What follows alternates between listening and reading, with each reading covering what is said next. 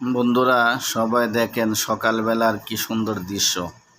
সূর্য উদয়, প্রাকৃতিক সৌন্দর্য, এক মহামহিমায় কি সুন্দর অপরূপ এই দেশ।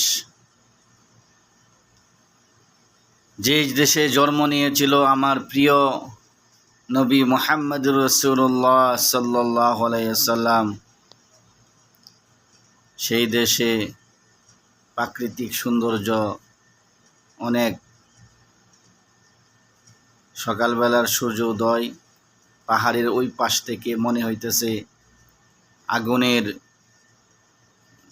ঝকঝক আগুন, উত্তপ্ত আগুন যেমন দাও দাও করে জ্বলতেছে।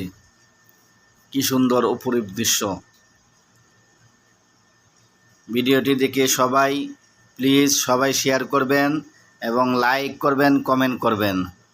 যারা লাইক কমেন্ট করবেন অবশ্যই তারা